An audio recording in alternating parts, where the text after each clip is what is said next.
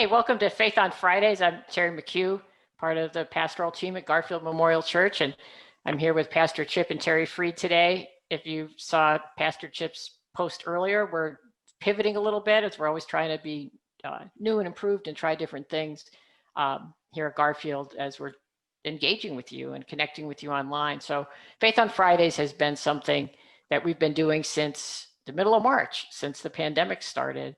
And if you've been around Garfield Church, and welcome anyone who's popping in, and we're going to be looking for comments and questions from you as we go along. But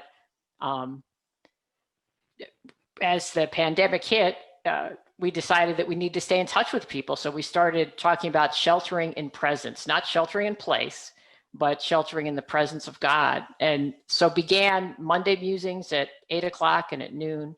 We began Worship Wednesdays at 7 o'clock on Wednesdays. And then Faith on Fridays, we started off doing it at noon and 5. And these have been really treasured times. I mean, wouldn't you agree, Chip, that we've been able to connect with people? In the noon one, we very often had folks come into the Zoom room with us and really just share. And we heard so many inspiring stories about how people's faith was growing and their prayer lives were coming alive. We also heard about the stress and the anxiety that we were all going through at the beginning, and we're still going through it, in different ways, even though our movements have gotten less restricted and things continue to change. But change is really the something that we can't escape, and that's a good thing. And as we've gone along with Faith on Fridays, and again, if you're just tuning in, glad you're here. And we found that the format that we were using, we wanted to pivot a little bit. So for the 5 o'clock, the last, I'd say 6 to 8 weeks, we've done a little bit more podcast style. So having some national speakers and guests on, and having people from our faith community. We had a wonderful session with 2 of our licensed clinical psychologists talking about mental health during a pandemic, and national faith leader Leonard Sweet. So really some rich conversations. And you can go back and see any of our past Faith on Fridays on our YouTube channel. It's YouTube, just search for Garfield Memorial Church. But it's really designed as a way to stay connected in faith, to grow in faith, to ask questions, hear from one another, and stay connected.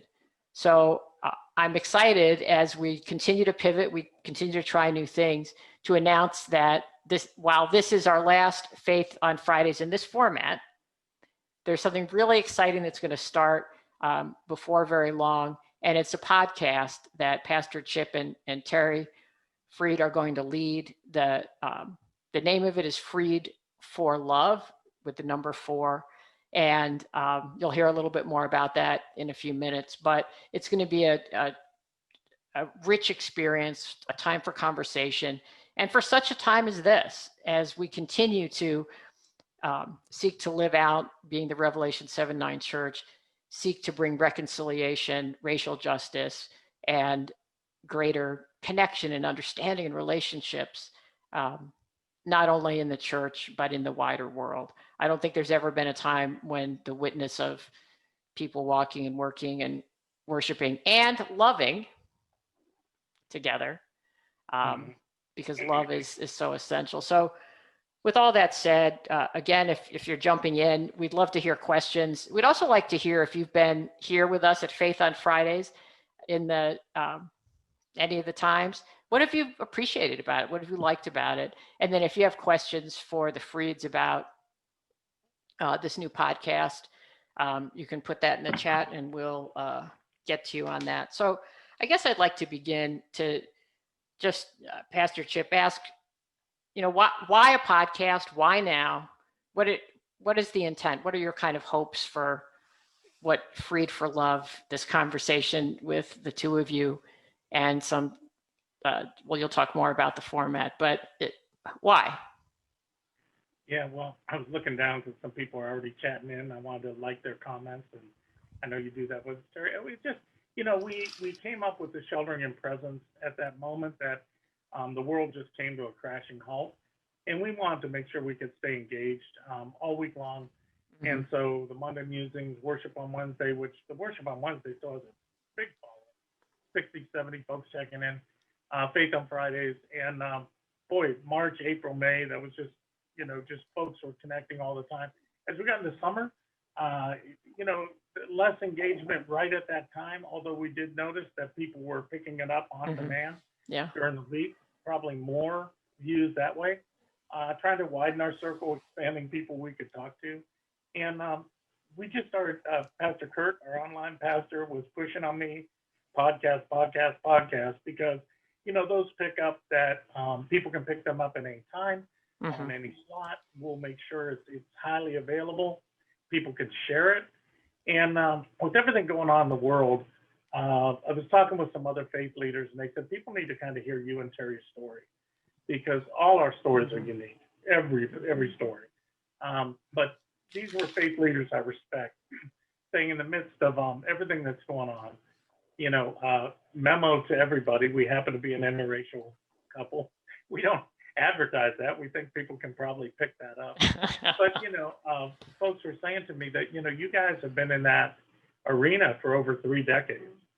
And when Terry and I got together in the 80s, mid 80s, early 80s, only 10% of America was in favor of interracial marriage. And, I was born in 1962. Terry was born, shortly after that. When I was 8 years old, it was still illegal for me to marry Terry in Indiana. Yeah, we're not talking Mississippi. We're not talking Alabama. I know. And, and so we navigated through that. It's not, we weren't on a pedestal. We weren't on a soapbox. But there's something about the power of love, that really, this is our way of going on the offensive, not the defensive. Yeah. And began to address this divisiveness and the racial injustice, the existence of racism, sexism, isms, all the isms, and just being proactive in a way we think we have some mileage and something to say to it. So that's where it was kind of birthed. And, I have friends, they say, figure your name into it in some way, shape, or form. We can talk about that. But, Freed, what's Freed? I always think of Jesus said, whoever the Son of Man has set freed is freed indeed. And what are we freed for? Right. Freed for love. I mean, that's Jesus freed us through the power of love. That's what we've been thinking. And so I'm just glad my wife agreed to do it with me. Yeah. Well, and I do have a question about that, but we've already gotten some affirmation for a great name for a podcast. So, yeah, Terry, I know that you like to be more behind the scenes, and you do so much with care for people and staying in touch with people and reaching out to people and meeting people and talking to people on the phone randomly and then having lunch with them, like that's kind of your lane. And yet you agreed and you wanted to be part of this podcast, which puts you not center stage, but really you're an important part of this team, an essential part of this team. And so I'm just curious, what made you say, yeah, I'll go into these deep waters and be on a podcast? Well, so like I said, I'm usually most times not comfortable in doing things like this, but I feel Chip and I, upon being involved in the ministry, and we are in our marriage, a team, and in ministry, and all the years that we've been together. And I feel that us being a team together, that in doing this podcast, for people to hear things about who we are, about different. Sorry about that. This is our dog, Leah. Our dog does not like that my wife is part of this now, so she's trying to distract us. Go ahead, hon. And that that in dialoguing about different topics, and I think we as a team will have things to say about various topics and issues. So just dialogue and talk to you about what we know and the experiences that we've had over 30 to 32 years. 30 years married, 32 years together. Yeah. Yeah, and they may be mad at me for this, but they're coming up on a big anniversary on September 1st. 30 years married. Years. So may the scales never fall from her eyes. Yeah, but you're gonna forgive her, Terry. But I cannot believe our dog is doing this. But you know, seriously, with everything going on, you know, we always talk about the church as being on the defensive. Like I said, I believe Jesus set us forth to be on the offensive. When he said to Peter, I'm going to build my church and the gates of hell will not prevail against it. It was, you know, we're supposed to be God's wrecking crew. Right. Getting out there and tear that down. And so, you know, Terry and I, our hearts are broken over a lot of what's been happening. It's, you know, triggering memories for us of kind of hostility that we lived through, but we lived through it, right? And so it's kind of like, you know, again, when some of these other folks were saying, people need to hear that testimony, need to hear about that. And we're not going to make this a podcast about interracial marriage, Right. but it is important. That was a big key in, you know, and through the existence of slavery and Jim Crow, it was fears about, you know, the mongrelization of the races. That's what the KKK called it. And there's just a lot to talk about in the sense of especially keeping, you know, whites and blacks, you know, separate. That the anti-miscegenation laws are what they're called. Right. You wonder what miscegenation is. It comes from the Latin word miscegenus, which meant separate. I'm sorry, it meant to mix. And genus we know is people. So mixing people, anti-miscegenation, which all the states have. I was hoping Ohio never had one. I dug back in. We had one for a long time. Wow. In fact, you know, even though the Loving case in 1967, you know, made those unconstitutional, it was interesting to me that Alabama didn't vote it out of their state constitution until 2007. Wow. And it only passed by 59% of. Yeah, that's. So we just feel like we're kind of living. Yeah, we just kind of live like we're living in that lane. And again, we're not trying to be experts. I've read up on it, but saying, hey, you know, if we've been able to make this journey, what have we learned, and what can we learn about the power of love? And so, Terry, I know you're going to ask me about why Freed for love. You know, Dr. Martin Luther King Jr., we know that famous quote, hate cannot drive out hate. Only love can do that. So kind of our trigger verse for us is, you know, 1 Peter 4:8, that love covers a multitude of sins. And I was thinking about this, so let me prattle on a little bit, and then you get my wife back into this, or I'll just talk away.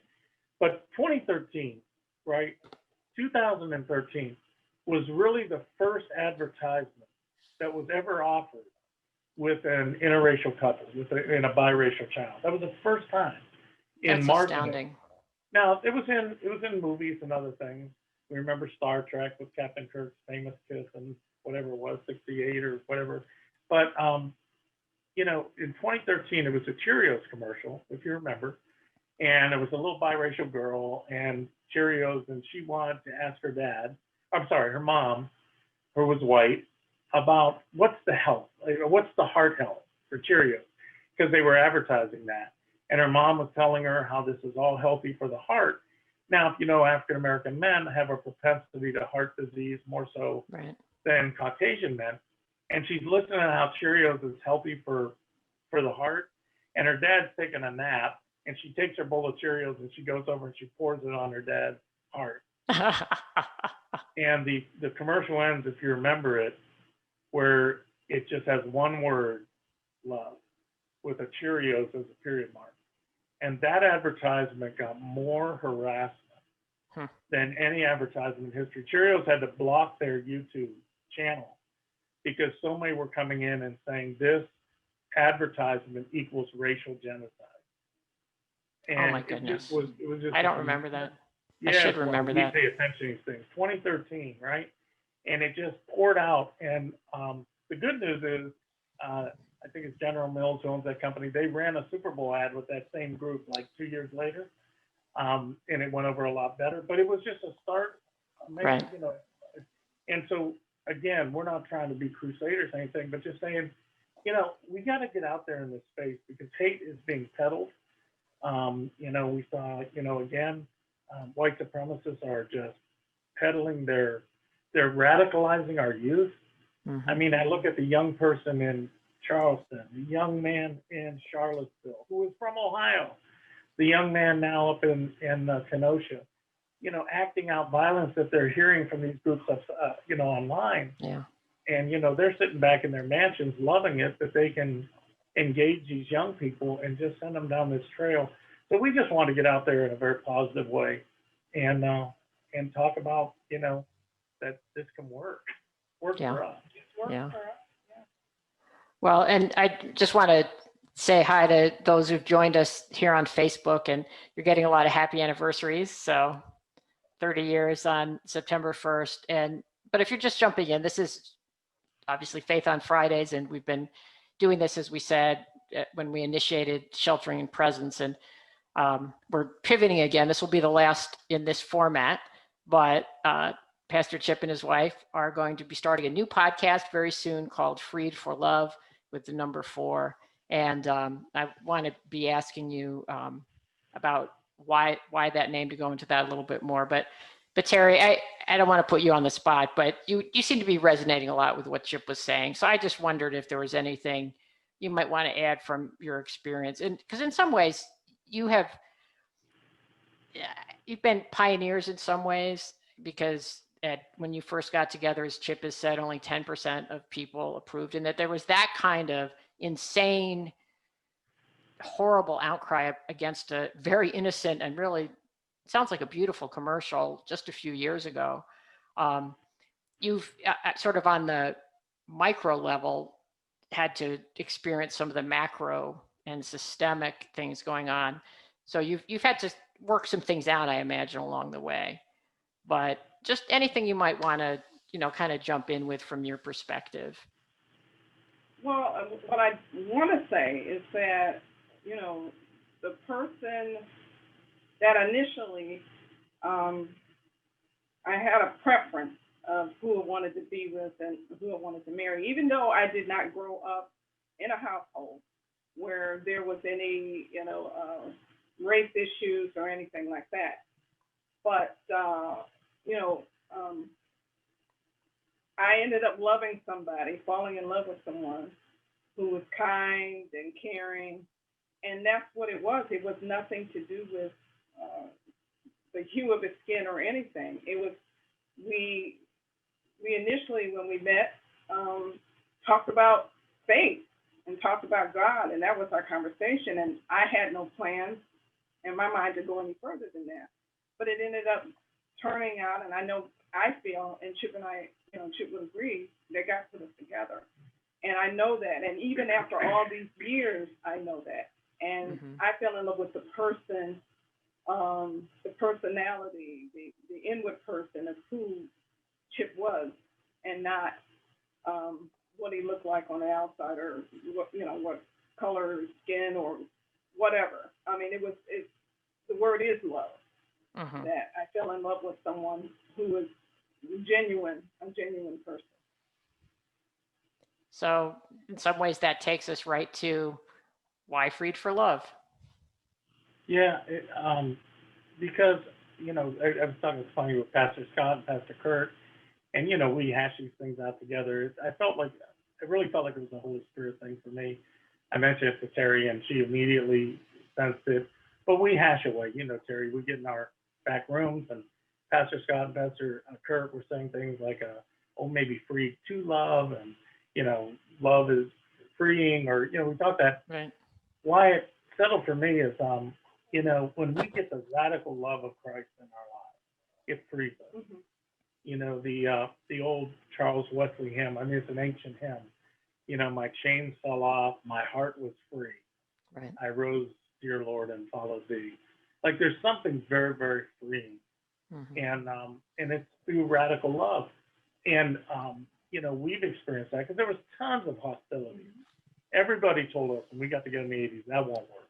Right. I was in the corporate arena. Well, you can't bring your wife to a corporate event. Well, sure I will. And Terry was told, hey, that you can't trust him. And so in the midst of all that hostility, love really won the day. Yeah.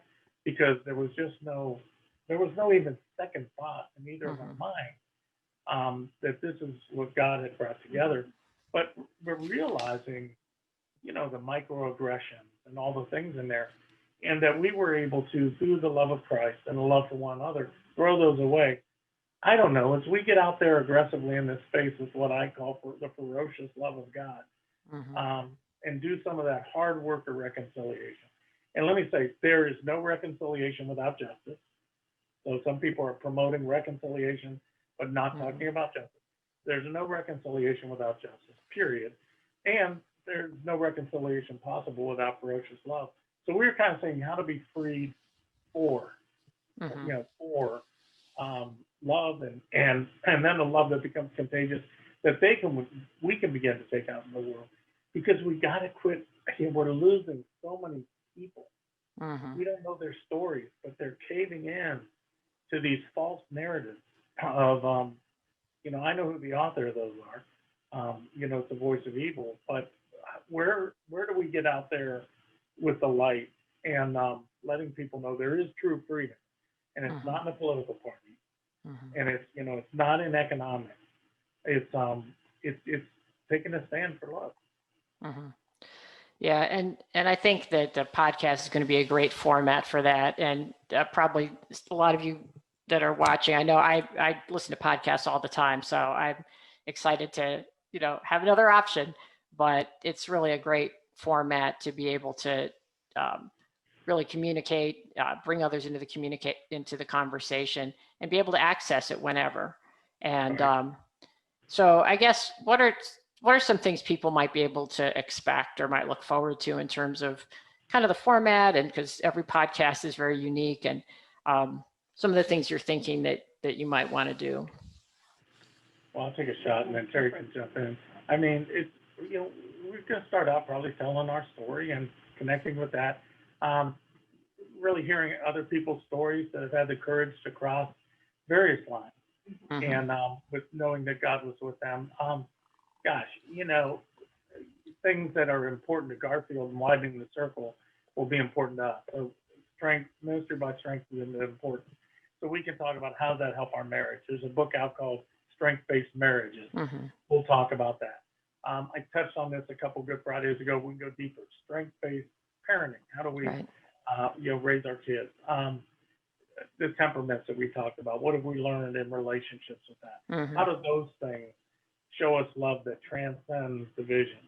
And we'll bring guests in this kind of lane. Mm-hmm. We had you and I had, Terry had Harry Lee in last week, which then became kind of the basis for my sermon. It was so moving with him, Mm-hmm. talking about cultural intelligence. Sure, we want to talk with people. We want to learn from folks, but all in this kind of wheelhouse. Mm-hmm.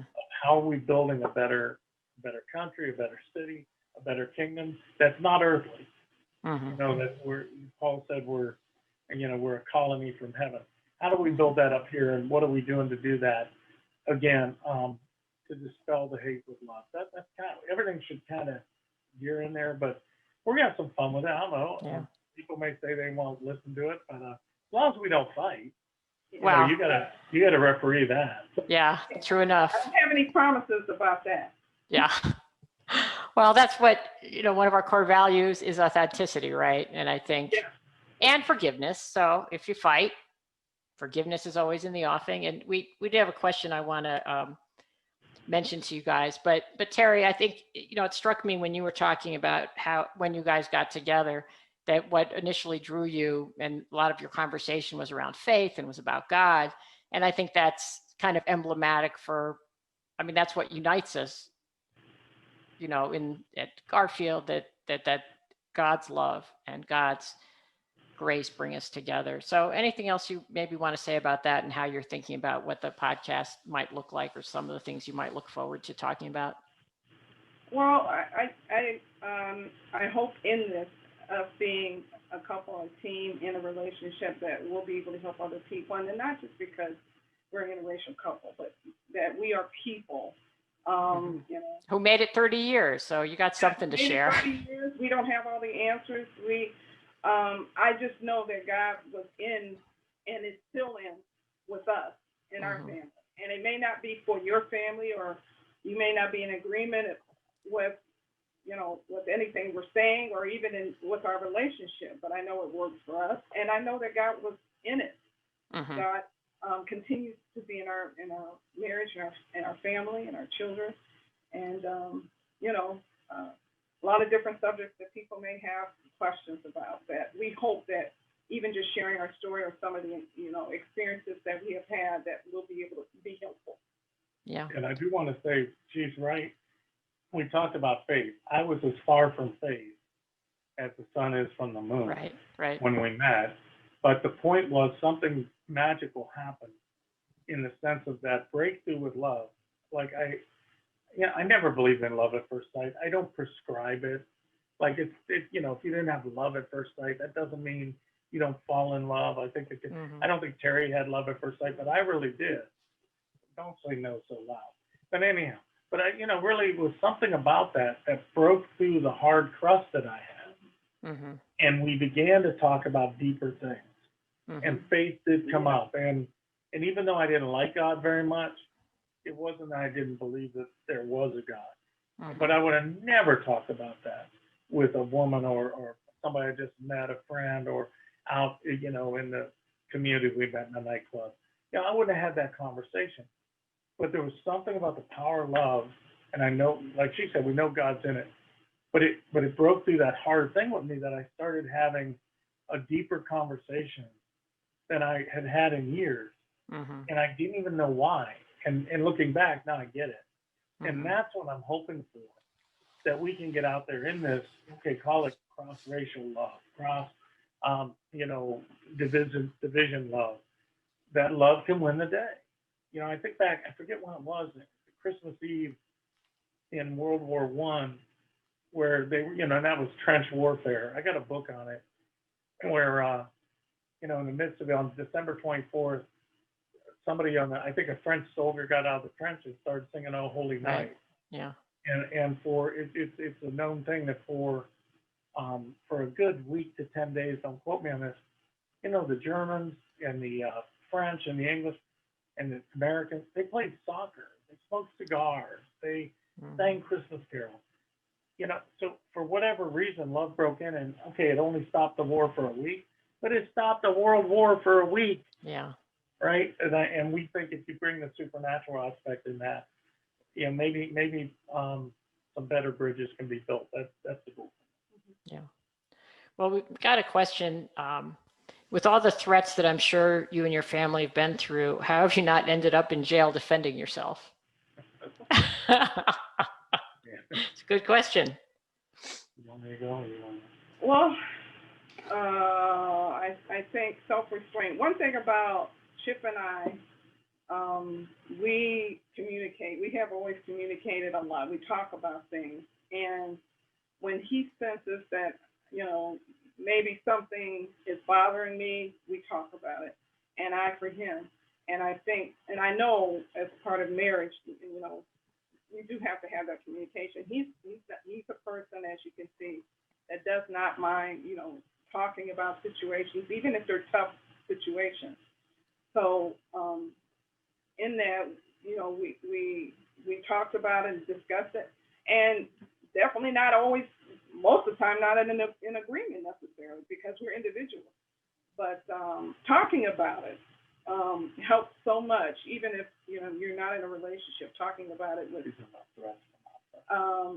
anyone is very helpful. So I'll let you go with that one. That was a man that asked this, so I'll answer as a man. It's really hard.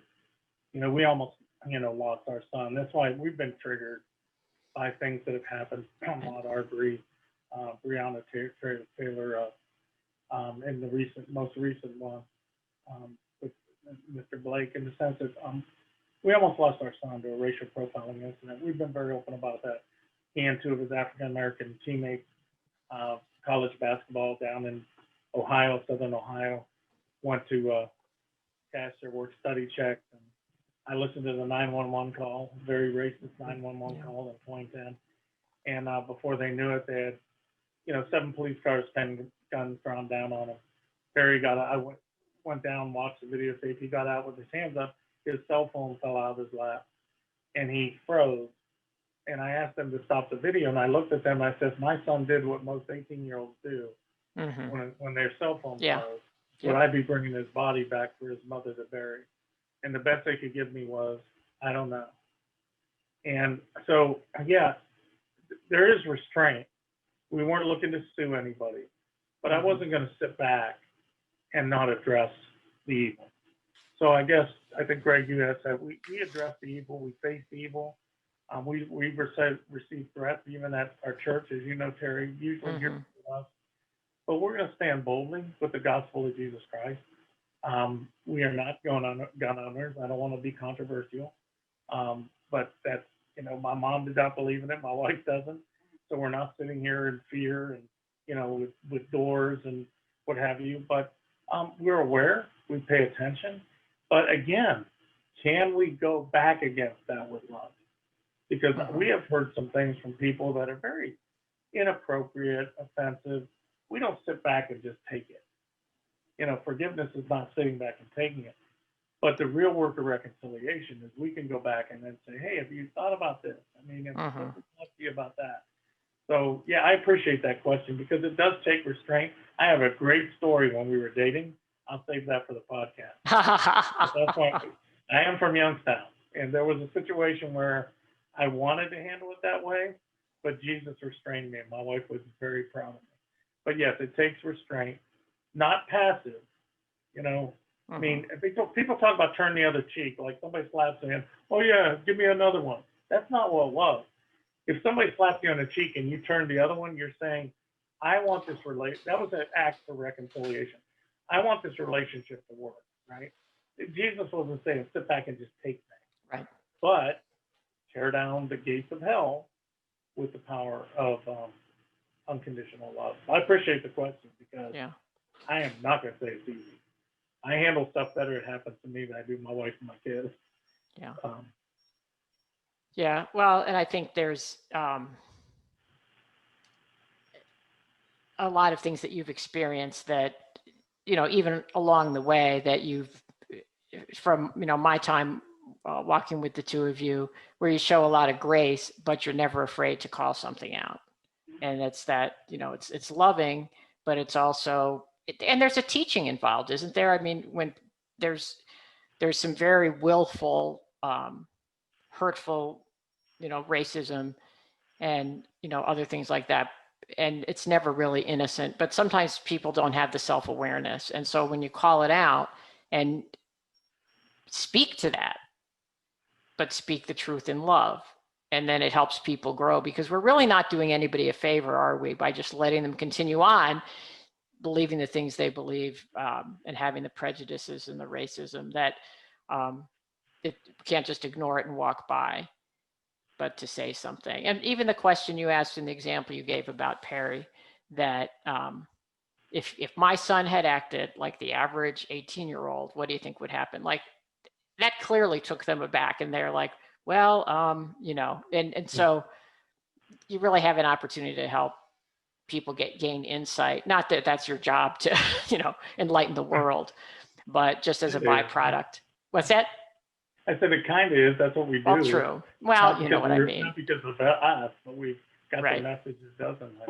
Yeah, and disarming people. I mean, I think of situations, coaching basketball. Like, I coached basketball in this community, gosh, up until 2013, so 9 years. And I remember, you'd be in a gym and one of our players would be African American.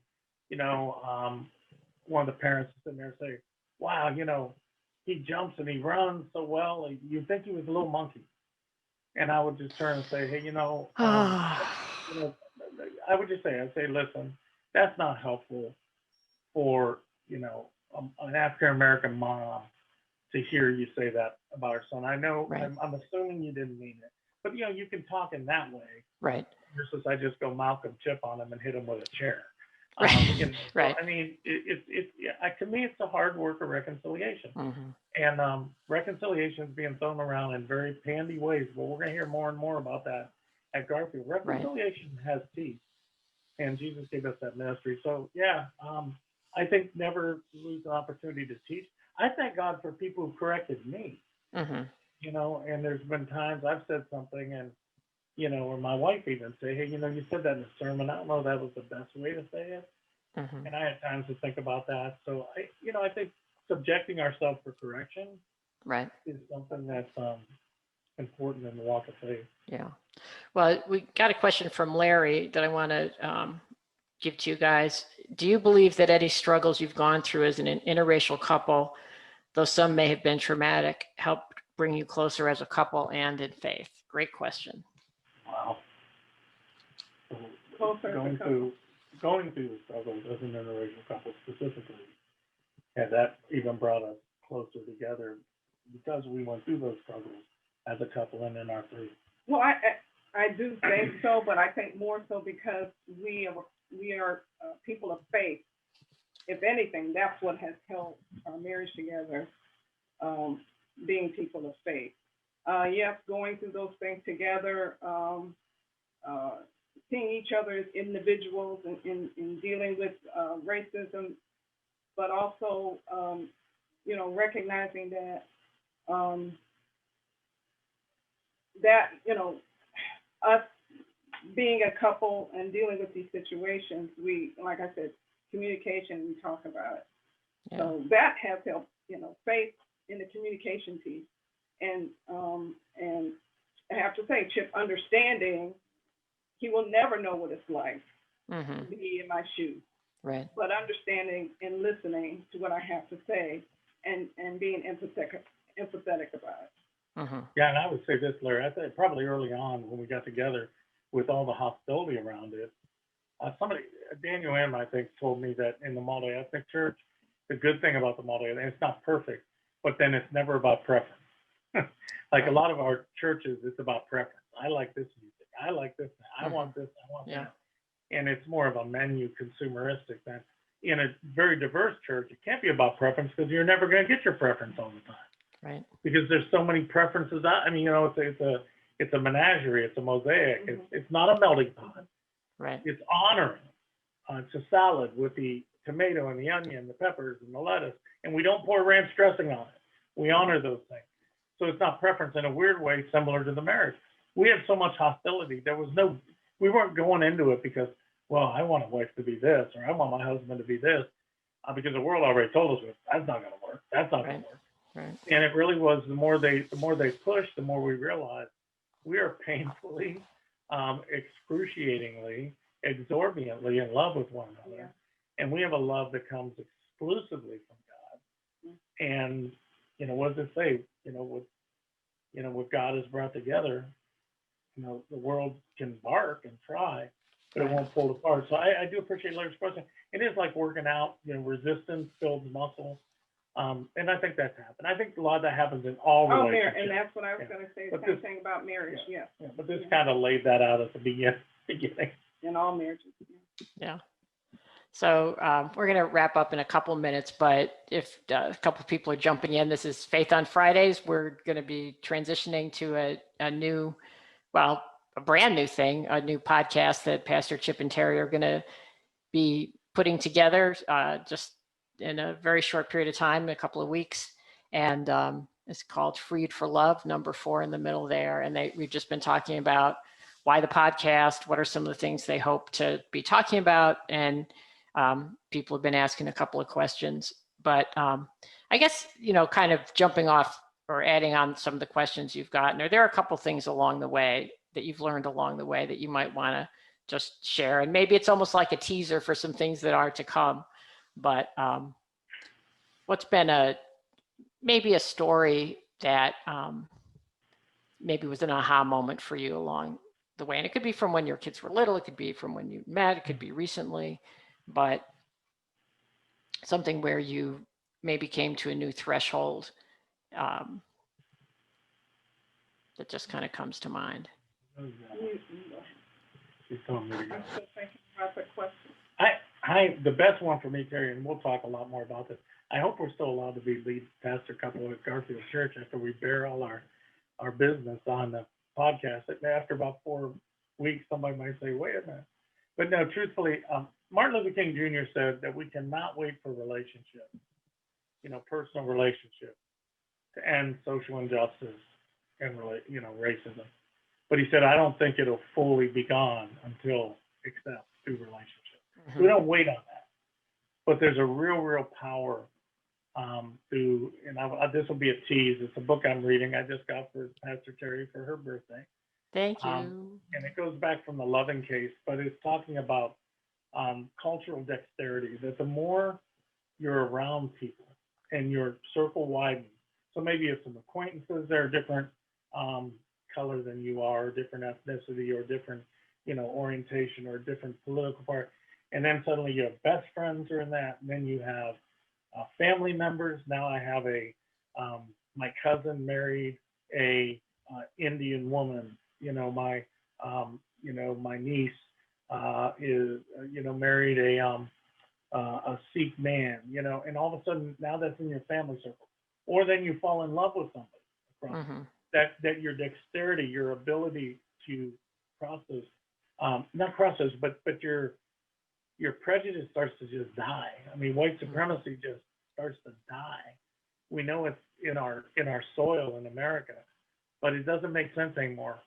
I look in our family, and as Terri and I have walked as pastors, as a brother, as in her family, and what have you, that as that circle widens, and we've seen it, change happens that you don't have to preach about, Right. because some of the scales fall off. And I think that's been something I've learned, the power of that, and why we love immersing ourselves in the church community like we have. And I love immersing myself. And that's why, and I know I'm a big advocate of the multi-ethnic, economically diverse church. The church is Revelation 7:9. The more I immerse in that, the more of God I see. The more of my own biases I have to face. The more of my little thing, and I just think it stretches. So I guess in our personal journey, we've watched that as folks who got close to us, but still have some, like wouldn't normally get close to us. 5 years later, it's like me familiar. I don't know. That was for me. Well, I just say, in conversation, people that do know me know even though here on our introductory podcast, I'm not talking very much, but if you get to know me outside of this, you know that I talk a lot. And I think people sharing their stories. I share my story. We just shared some of our story, and making them feel comfortable to share their story, and maybe something they've been holding on for so long that a secret or something that no one in their family or friend knows anything about, allowing them to feel comfortable with you. It's a part of those relationship kind of things that I think getting to know people by us having conversations and sharing. I learn from them as much, hopefully, that they learn from me. And so even in this podcast and some of the questions, I hope possibly that can happen as we continue to do that. We're going to try to get the word out. I mean, that's where, and folks can help us once we do this. It'll be part of Garfield, and we'll see. But if folks, once that podcast goes live, and we hope, in the next, within the next several weeks, months, folks can share that, something to share. What if Freed for Love went out there, and not because we're some brilliant people to listen to, but just the fact that, somebody says, hey, I listened to this podcast, and people go, wow, Freed for Love? This isn't, so-and-so for president, or, so-and-so about this policy, or this agenda, or Freed for Love. What's that all about? I'm hoping that, that it gives us something for our folks and other folks to share. Yeah. And not that go viral, but if something should go viral, I hope love goes viral.